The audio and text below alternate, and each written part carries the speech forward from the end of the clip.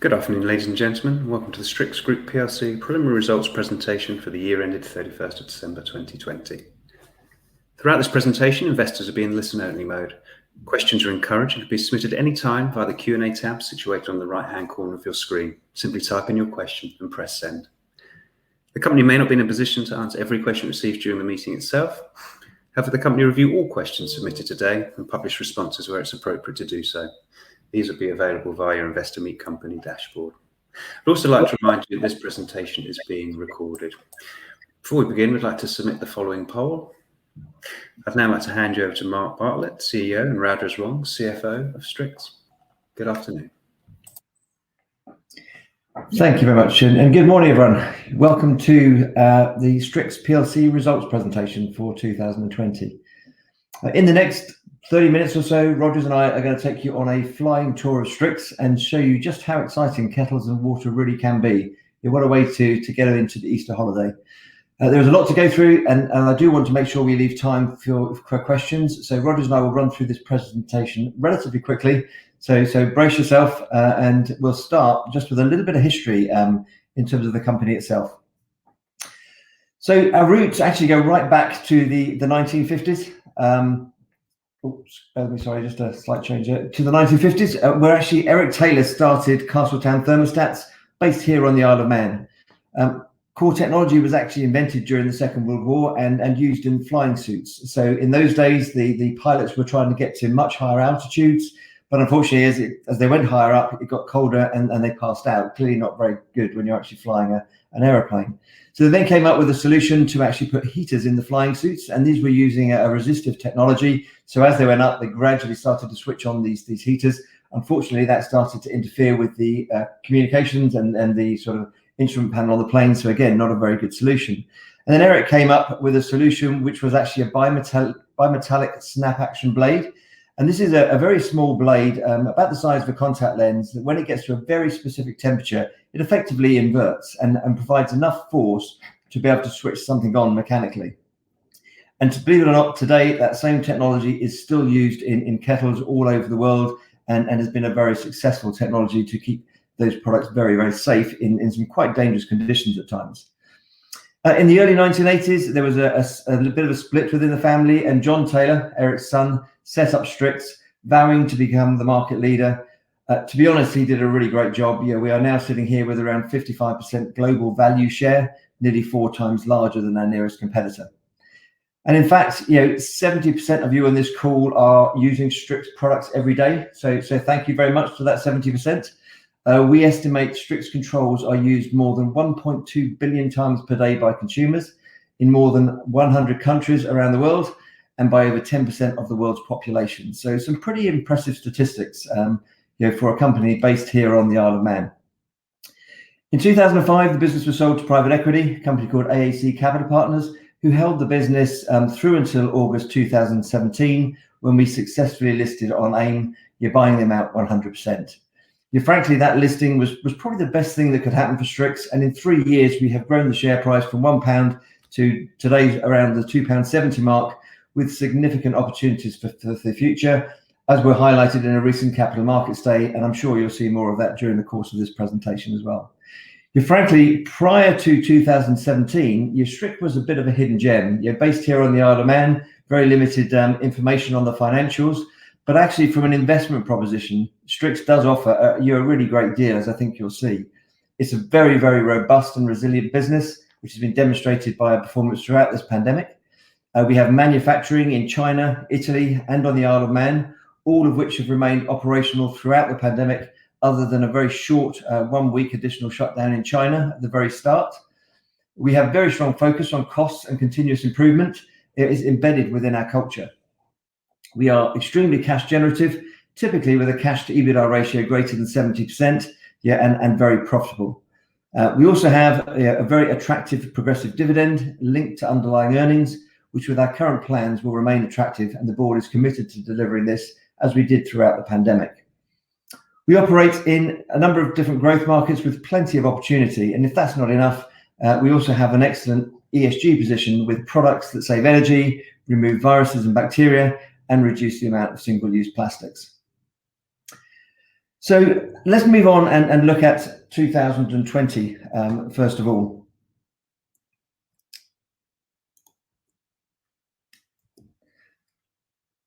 What a year it has been, you know, extremely challenging period for many companies.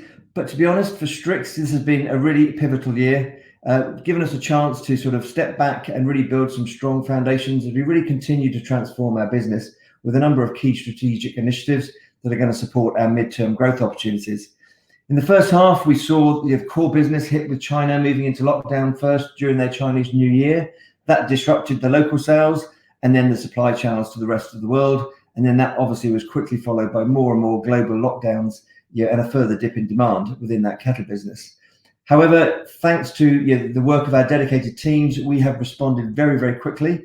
And in May, as we anticipated, the business showed its resilience, and we saw a very, very significant rebound for the remainder of the year, with almost every month from May being a record month for us in the business. And that was particularly in the regulated sector. And that strength, I'm very pleased to say, has continued into 2021.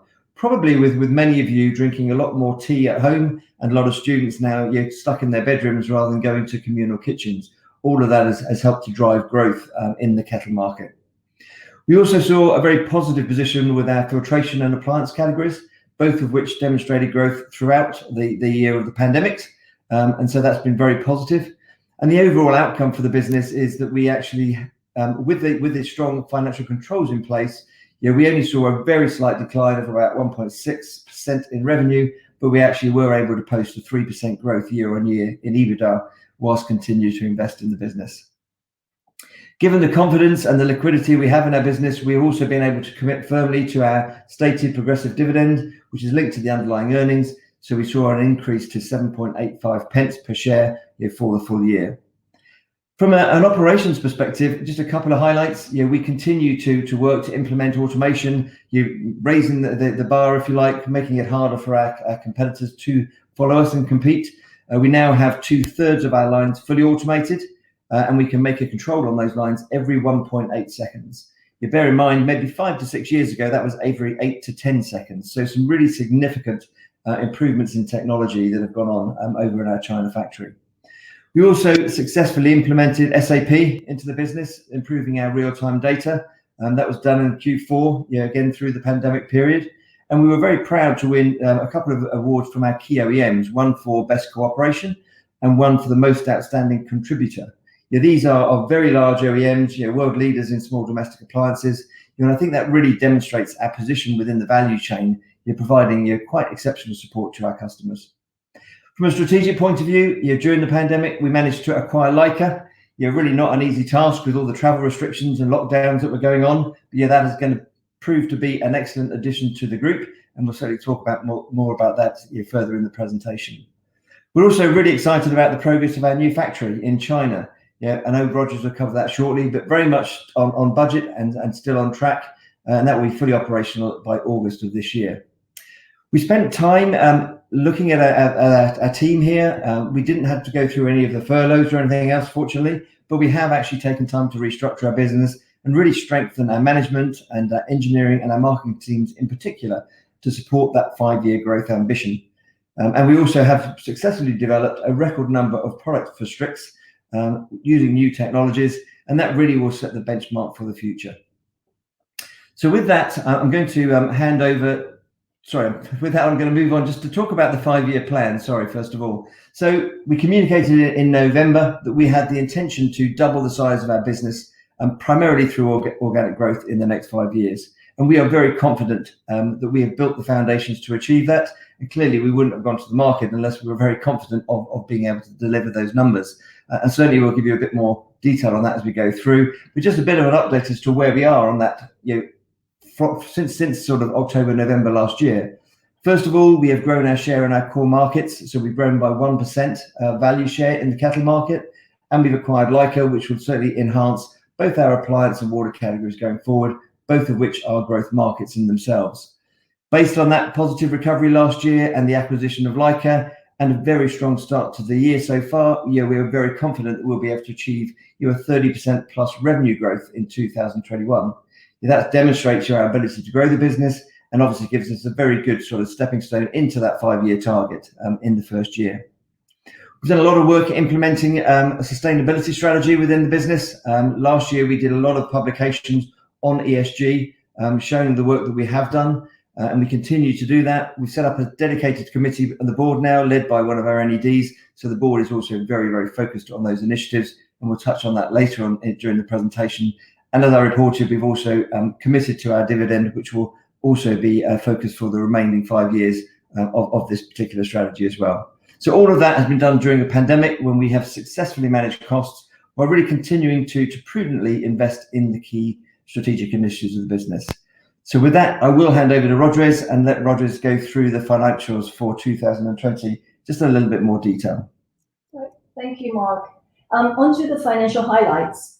So revenue declined 1.6%, reported at 95.3 million. It's very solid set of results despite of the pandemic. Absolute gross profit held flat versus last year at a modest 0.5% decline, but with the gross profit margin increased by 50 basis points to 41.4%, which was very well supported by a stronger product mix in the second half and operational efficiency, as well as the addition of Leica.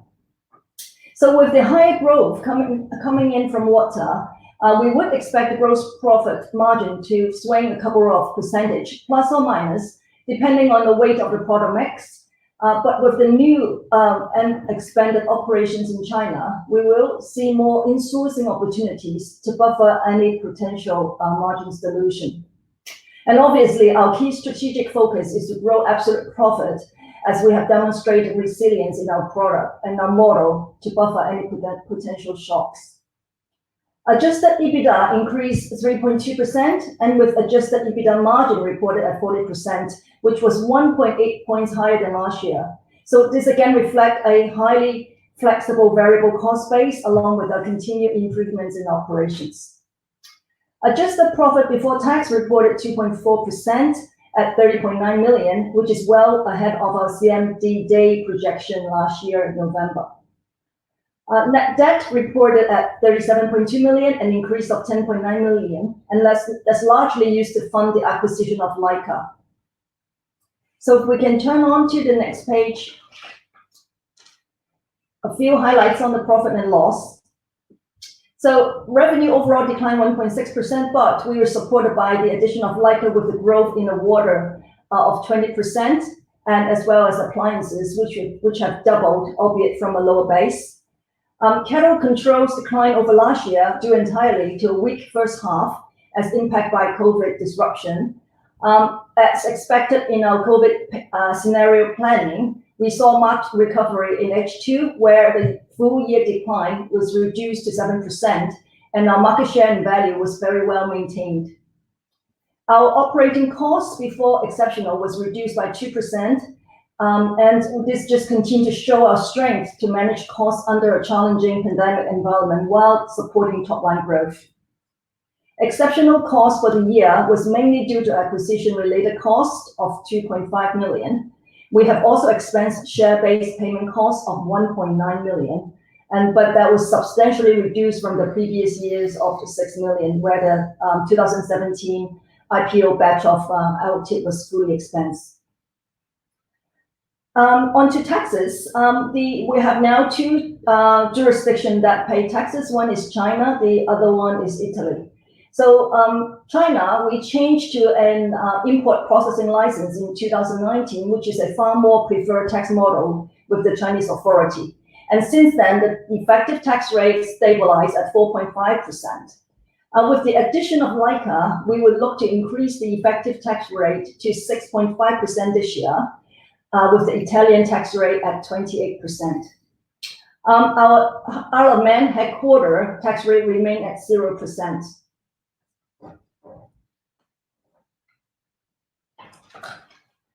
So some highlights on the cash flow. This is a net debt waterfall slide that shows major movements of cash and debts.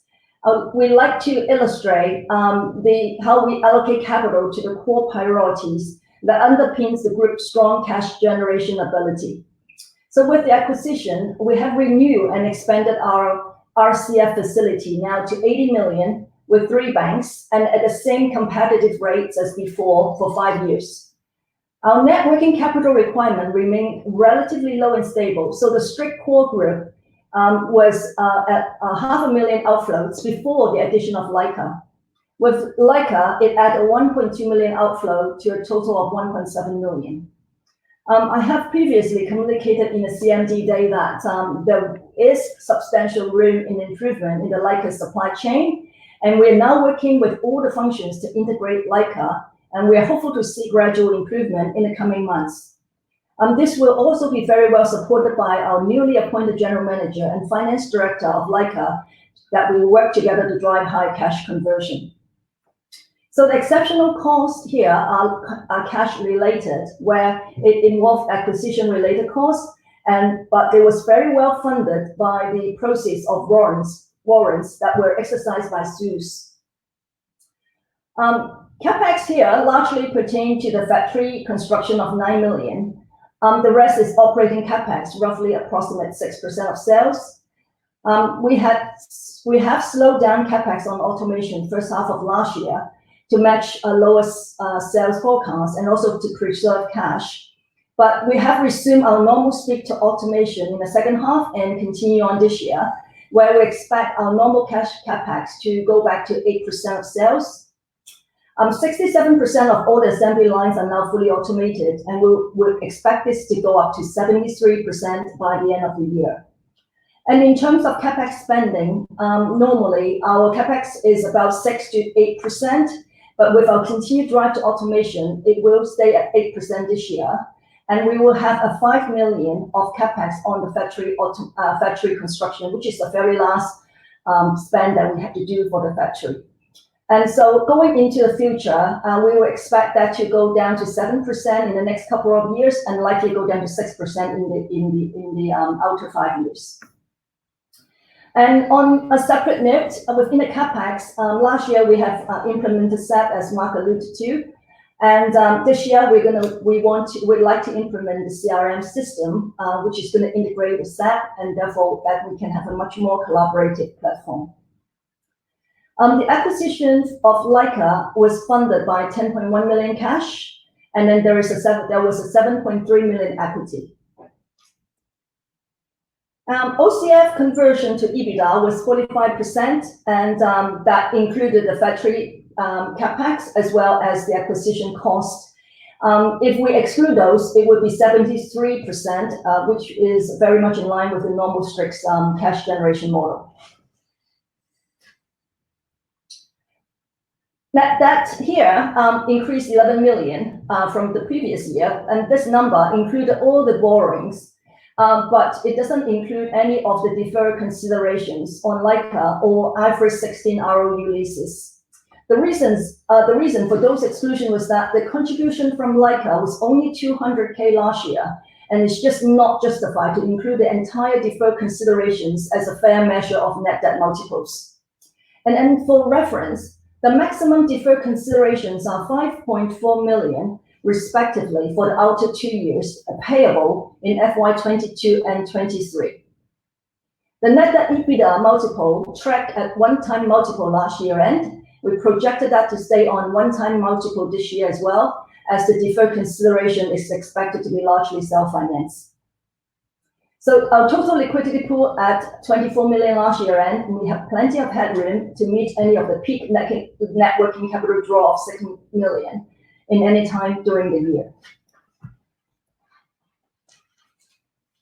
So here I'd like to illustrate that I'll emphasize that the group has 4 core capital allocations priorities, where during the year we have prudently allocated fundings to the 3 capital pots, and they are the capex for expanded operations and automation, acquisition, and progressive dividends. We did not pay down any loans last year, but we will continue to deleverage with any excess cash not used in any other priorities.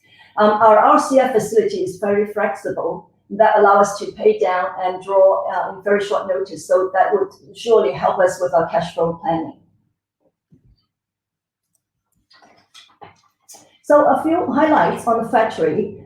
We have embarked on our land and factory acquisition project in late 2019, and since then it has progressed amazingly well on time and on budget, despite of the disruption last year.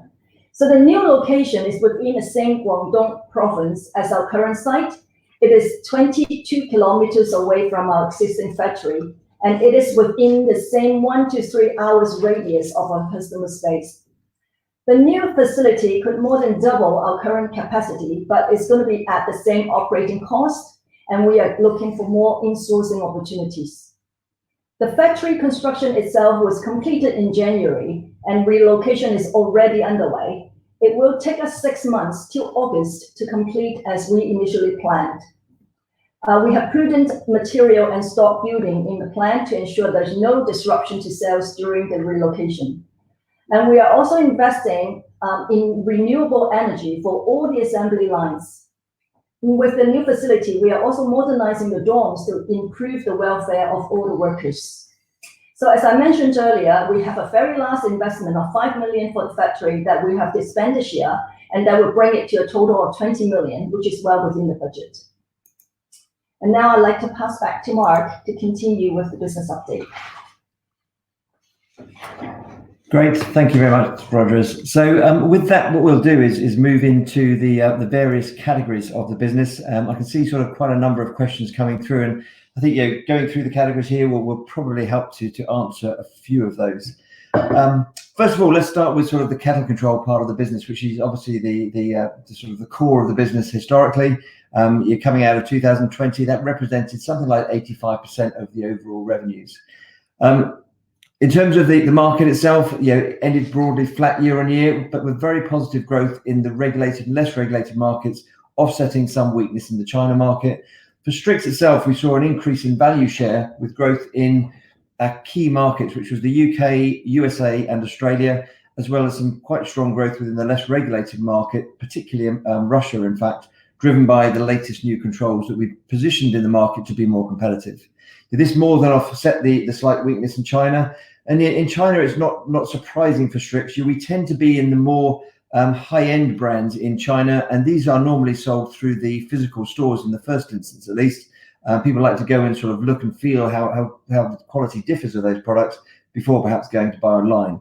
However, I'm pleased to say we are seeing quite a strong rebound in China this year, given the relaxation of those restrictions, and we will see that come back to normal levels during the second quarter of this year as well. In terms of visibility, the OEMs are reporting very, very good visibility, and we hold a very strong order book, giving us very good confidence for the first half of this year. Of course, there are headwinds, commodities, foreign exchange, Brexit. In truth, most of those are not a major concern to us. Brexit really doesn't impact us that much. From an FX point of view, we have a very good natural hedge in the business. Commodities certainly are something that is seeing a bit of a fluctuation at the moment. We have a policy whereby we will buy up to a year in advance. So we're very well covered up until August of this year so far. And if we were to see continuation of sort of that volatility in commodities, we would pass that on to the OEMs with a price increase in the second half of this year, a decision we'd make quite quickly in the coming weeks and months. If you move into sort of the growth aspirations for kettles, one point, I saw a question being raised on this, in terms of our 5-year plan to double the revenues, that is all organic growth. We'll talk about sort of acquisitions later on in the package, but all of the plans we have in this presentation so far, at least, will show you that growth plan against the doubling the business, but all organically. So in this part for kettles, we're looking to grow the segment by about 3% CAGR. That will give us a very modest 3% gain in value share, taking us from what was 54% to 57%. As I say, we've already achieved 1% of that in 2020, so well on the way. And that's going to be achieved through the evolution of our U9 series controls, which came out at the back end of 2017. We've already sold more than 33 million of those units since its launch. We're also bringing out new variants for different geographies and applications to expand that addressable market. So places like America, for instance, and Japan, that have different power ratings and different requirements. We are continuing to use innovation and technology to really bring in the next generation of controls and to reduce the raw materials being used whilst driving cost reductions to make sure we can actually secure that incremental share. If I move on to the roadmap, you can see in that left-hand quadrant how the controls are evolving, and that's actually quite key for us as well. We're obviously working with different materials and different technologies to be able to achieve the level of accuracy and tolerances. It is really much harder to build these smaller controls, and we couldn't do that without the high level of automation and the high level of technology we have in our manufacturing sites. So actually what we are doing here is moving the goalposts, making it much harder for some of the China copiers products to be able to actually compete and be able to get their cost base down to the same level.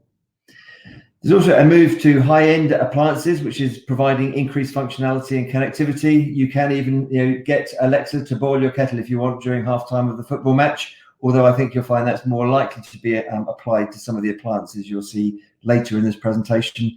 And we have a very clear focus on sustainability, reducing the energy required, reducing raw materials, whilst maintaining the highest specifications. So that's what covers the kettle part of the business. It really is our core business. For us, it's really business as usual, robust business that's performed very well during the pandemic, and a very strong start to 2021. So moving into the water category, clearly this is an area that we expect quite significant growth over the next 5 years. We've launched 7 new products during 2020 alone.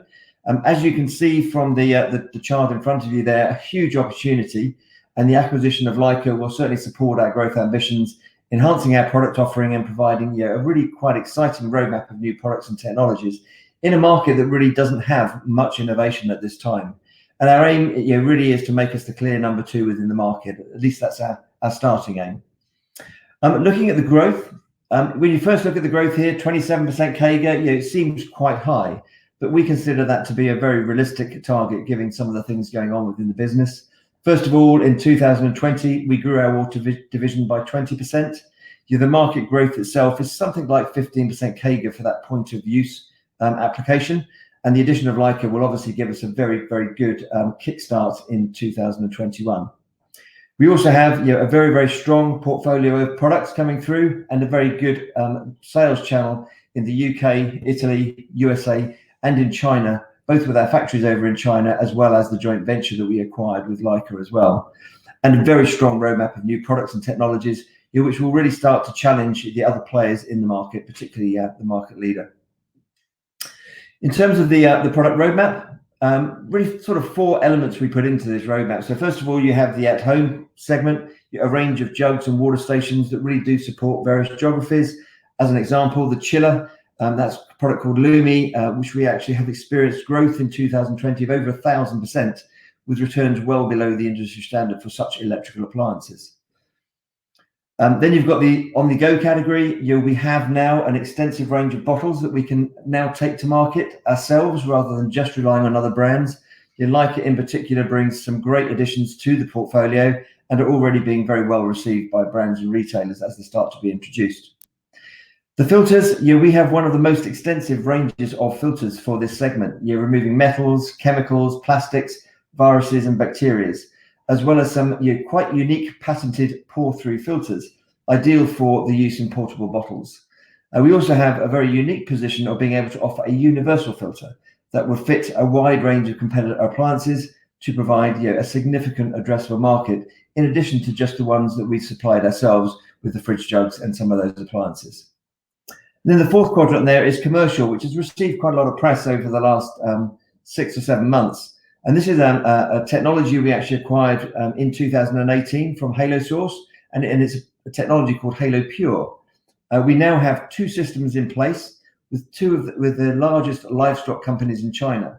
And this is a really significant opportunity, with the government in China really looking to eliminate the use of antibiotics within the farming sector. We would expect to secure another 10 systems during the course of this year, and we've established a network of distributors to promote and support this opportunity. In the Capital Markets Day, we actually put a figure in there of £10 million revenue cumulative in the 5 years, and we were called out as being quite conservative. Actually, the addressable market in this sector, just in China alone, is £500 million.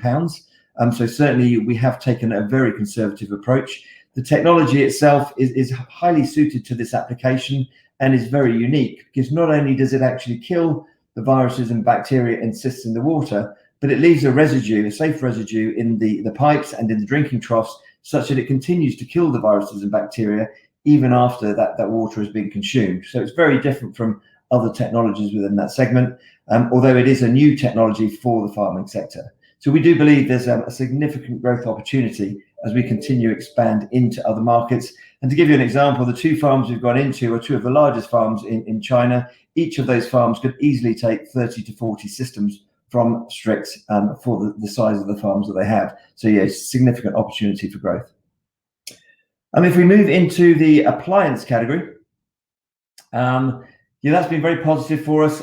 We've doubled in sales, as Roger has mentioned, albeit from quite a low base. And for me, this is perhaps one of the most exciting categories. As you can see, a huge opportunity again, and we are just scratching the surface in this segment. The acquisition of Leica further expands our addressable market, moving us into food preparation and health and wellness, both of which performed really exceptionally well during the pandemic period. We also now have several agreements in place for what we call the hot water on demand technology, and for the baby care categories, providing a global footprint as we develop further products in those areas. Looking at the growth, we're aiming to triple the size of this category over the next 5 years, with a really exciting roadmap of new products, both from within STRIX and also from the addition of Leica. The market itself already exhibits double-digit growth, and we are seeing excellent traction for some of the core technologies, particularly some of the water stations that I'll come on to in a second. Route to market for us now will be a combination of our own brands, as well as using our existing partner brands to maximize the opportunity and increase the speed to market. Bear in mind, within our kettle market, although we sell to the OEMs, we have relationships with over 450 brands and retailers around the world. So we have some really strong positive connections with most of the major brands that can help to bring some of these products to market with us. And if we look at the roadmap, you can see we're very active at the moment. Some exciting new products bringing innovation and real consumer benefits in terms of both functionality and also with benefits to the environment. So in that top left-hand quadrant, you've got the hot water on demand. These are things like water stations providing chilled, boiling water at any temperature in between and with no preheating of water. They deliver true boiled water. A lot of claims out there in the market to giving boiling water where they're really not quite getting to that limit. But not only does it do that, it does that without any preheating of water, and it will take your room temperature water to start giving you boiled water in just 5 seconds. So very, very positive from an environmental point of view. It clearly is a very efficient system, and we're getting some really strong traction from brands. You will start seeing that come to the market in about 5 to 6 weeks. It's on sea at the moment. That's a standalone unit, although looking forward into the long term, could easily be adapted to be a plumbed-in, do-it-yourself type system as well. First of all, launching with Aquoptima, and then very soon after, it will be launched by one of the top 5 brands, global brands that is, in the marketplace as well. So you'll certainly start to see some positive benefits from that in the second half of this year. In the baby care, continued expansion into sterilization systems with very strong patented technology that does again provide very efficient operation and significantly improved performance. And then the food preparation, this is really the addition of Leica. You're bringing items such as sous vide and vacuum packs. Today they are sourcing those products and then selling them into Italy and into other markets. Clearly STRIX has a very, very strong presence and a very good relationship with over 200 OEMs in China. So we will be using our purchasing power to obviously improve the profitability within that segment as we consolidate that range. So moving nicely into the Leica acquisition, already we've talked quite a lot about Leica, so you can see how important it is to our growth plans. This is an exceptional addition to our business, bringing a very well recognized and established brand, a high quality range of products in both water and the plants categories, very, very strong and dedicated workforce, and a state-of-the-art filter production site. I mean, that certainly shouldn't be underestimated. We now have a manufacturing location over in Italy, and so from a filter point of view, we can actually produce and sell filters to Europe from within Europe, obviously eliminating any of those logistics from the Brexit point of view as well. During the pandemic, like STRIX, Leica was extremely resilient in both the filters and in the appliances, particularly items such as food preparation, thermometers, and other healthcare applications. And it did achieve double-digit growth despite all of the disruptions last year, and is certainly on track with strong performance in Q1. Integration of the business is very much on track with us, even with the pandemic. Obviously, we're using a lot of video conference calls and so on to get the teams working together. And we have separate work streams for each of those functions and very, very clear financial targets to make sure we can maintain the focus. Primary focus has been on the commercial groups to really make sure that we can maximize the cross-selling opportunities, particularly between Leica and Aqua Optima, between Italy and the UK. And I think it's very important to recognize those brands are actually very different in terms of how they are perceived. Your Leica is very much on a par with the likes of someone like Brita, so it's a premium brand. Your Aqua Optima has been seen to be more of the challenger brand, being used in some of the sort of the trade brands, such as in Tesco's, as an example, in the UK. So that gives us very much a good, better, best type group of products, which will allow us to have a much better product offering for many of the larger retailers in places like the US. We're also going to launch our first joint product with Leica. This is a STRIX developed technology, very disruptive. We will be launching an induction kettle later this year, which will be branded as Leica and initially sold into the Italian market. Very, very strong patented technology. And as far as I'm aware, it's the only induction kettle, or will be the only induction kettle available on the market. And then we'll move into ESG. As I said, we've spent quite a lot of time in this last year. And we did put quite a lot of the presentation out in the Capital Markets Day. STRIX has a very attractive ESG proposition, and we are working really hard to bring this to life and increase the communications to the wider market. The environmental element has had quite a lot of press, and our products really do provide significant benefits by reducing energy, reducing the use of single-use plastics, providing clean water, drinking water around the world, and making products safer with a longer lifespan. All of those tick the boxes and have been very well received. And we're really pleased to see how many of our existing investors, in fact, have put us into their ESG funds. In addition to our products, though, we also have a very strong position within our operations and are working to implement renewable energy. As Roger said, on the new factory, that will be in place by August for all of our assembly lines. We're finding ways to reuse the wastewater used during the testing. Obviously, with kettles, you test a lot of boiling water. So we can use that for heating of the various factories as well as a number of other initiatives to reduce our overall carbon footprint. To date, we have not put out the benchmarks, and the reason for that is we're waiting for the factory to be up and running. I mean, that will make a significant difference to the benchmarks, and what we didn't want to do is to come out and show this massive difference year on year.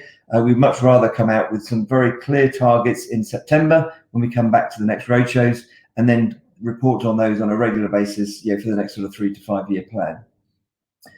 In terms of the S&G part, obviously they are of equal importance to us and to our investors.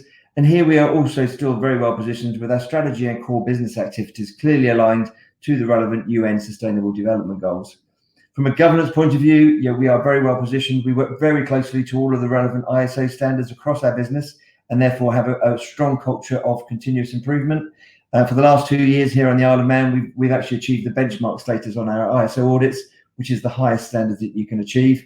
And that will be implemented for quality, for health and safety, and for all the environmental initiatives.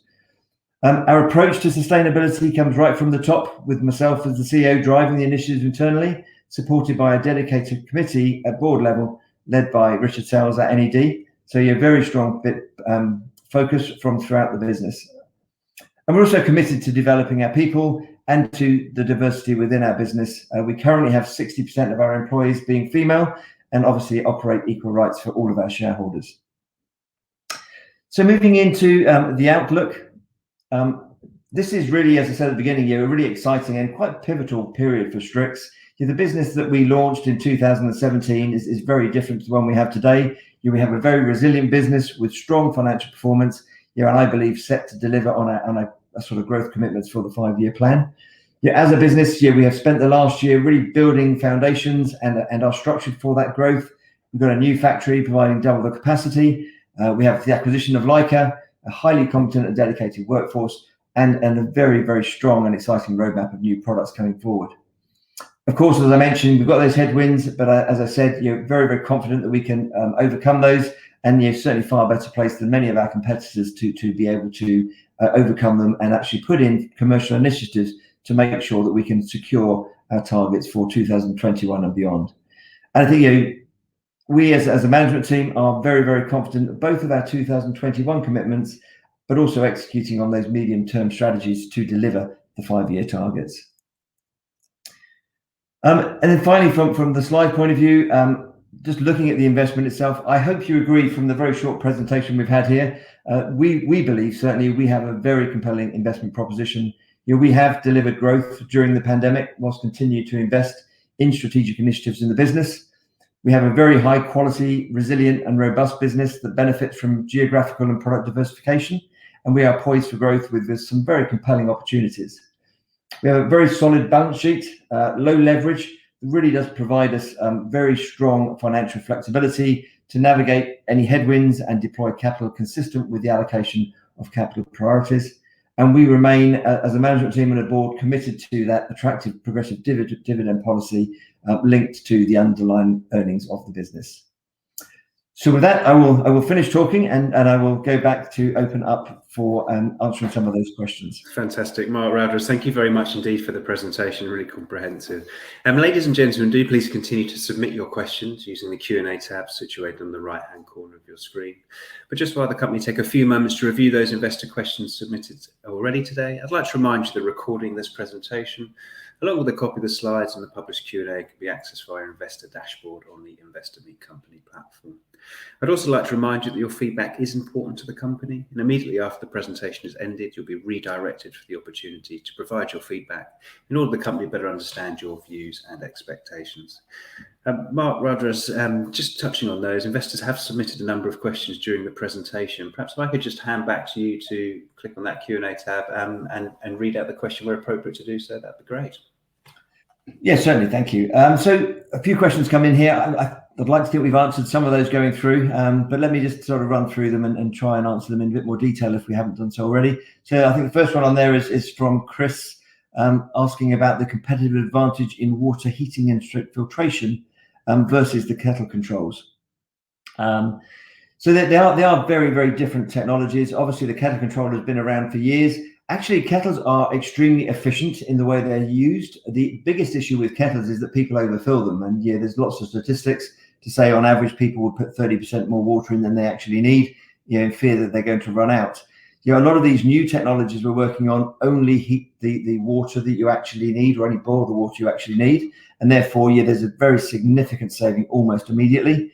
Also, the way that they actually achieve the heating is very different as well. Rather than having a pot of water below above a heating element, in most of these sort of other cases, you're actually pushing water through the inside of an element. So the efficiency of that heating is much higher as well.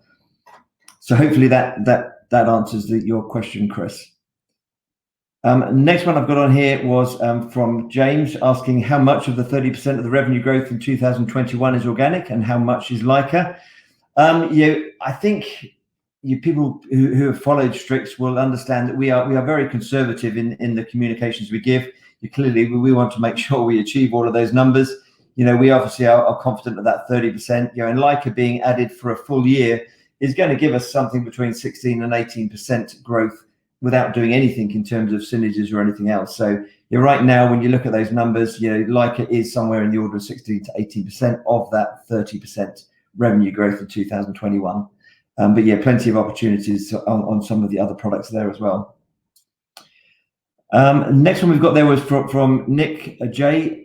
Asking, doubling your revenue is a very strong statement. Can you break down how you plan to get there and how much will be organic versus M&A? I think we covered that during the presentation. 100% of the plan is actually organic growth, as we sort of broke down from the numbers we had there. So today, revenue is 85% kettles and 15% others. By the end of 5 years, we'll be looking somewhere of the order of 55% kettles, 30% water filtration, and 15% in the appliance sector, just as a sort of a rough guide overall for that. Also on the M&A, we have not included any M&A inside that number. That doesn't mean to say we're not looking for them. Of course we are. However, we would be looking for quite a niche player in the marketplace. We have very high market share, highly profitable business. To find something that is accretive and fits with all our strategic plans, there's not hundreds of those companies out there. I mean, there are a few, but we don't know when they're going to hit, so we have not put those in the numbers today. Just to clarify that a little bit, we've been very clear with the market that we would want to fund that from our current facility and through the cash that we generate. So typically we'd be looking at a sort of a size of acquisition somewhere in the order of 30 to 40 million pounds. And we would not want our debt to EBITDA ratio to go above around 1.8 times. We're very comfortable in that 1 to 1.8 times. And I think we've proven that we can pay that down very quickly as well. Next one I've got here is from Simon. Given the quality of this business and your market share, do you feel there would be any benefit to move your listing from AIM to the full list? It's not something we spend much time with today. We've grown from sort of 190 million market cap to 600. It's been a very, very fast growth for us, and we certainly have done well through that period of time. We came to the market purely really as an investment fund, and over the 3 years we've transitioned now to be sort of more of a sort of growth and ESG fund, as well as still providing very strong dividends, obviously linked to that underlying earnings. So right now, I think the answer to that probably is no. We still have quite a number of people that take advantage. You have IHT and so on, which obviously would not be the same. And obviously we've got a domicile here on the Isle of Man. So I think short to medium term, we are very happy where we are on the AIM listing. And then I've got I think that maybe the questions are still coming in, so bear with me. We've got one here from Ian, which I think is the last one on the list actually. What is your view on share buybacks? It's something that had been discussed in the past, particularly actually in the early days when we listed. Frankly, I think there's much better ways of using the facilities that we have. Obviously, if the shares or the market drops significantly on a period of time, something that would be worth considering. But right now, I think from a board perspective, we feel there's better investments to be made with any of the spare cash that we have in things like the acquisitions or automation, improving our business as it stands today. Fantastic. Thank you, Mark. You actually have covered off all those questions. And if there are any questions that do come through, the company can review those, and we'll submit and publish responses where appropriate to do so. Mark, just as we go into closing up, perhaps I could ask you just for a few final words just to wrap up, please. That would be great. No, thank you very much. And I'd certainly like to thank everybody for their time on the call today. We're always open to answer any questions. Hopefully you can sort of tell from the tone of the company, this is a really exciting business, and I really do believe that we are ready and very well positioned to maximise our opportunities as we emerge from the pandemic. And we certainly, as a management team, intend to realise our full potential, delivering that 5-year plan. Under sort of historically, I think we've been quite frustrated that we've not been able to realise our full potential. And under the listing from 2017, I think we really have changed the business. Built some really strong foundations. And now are able to deliver the full potential of this company. Mark Rowdress, thank you very much indeed for updating investors today. Really great presentation. Could I please ask investors not to close the session, as you'll now automatically be redirected for the opportunity to provide your feedback. If you've accessed this meeting from our website, the feedback page will appear. But if you've accessed the meeting via the link sent to you in an email, you'll just be asked just to log back in and give your feedback. It only takes a few seconds, and it's greatly appreciated by the company. On behalf of the management team of STRIX Group PLC, we'd like to thank you for attending today's presentation. That concludes today's session. Thank you.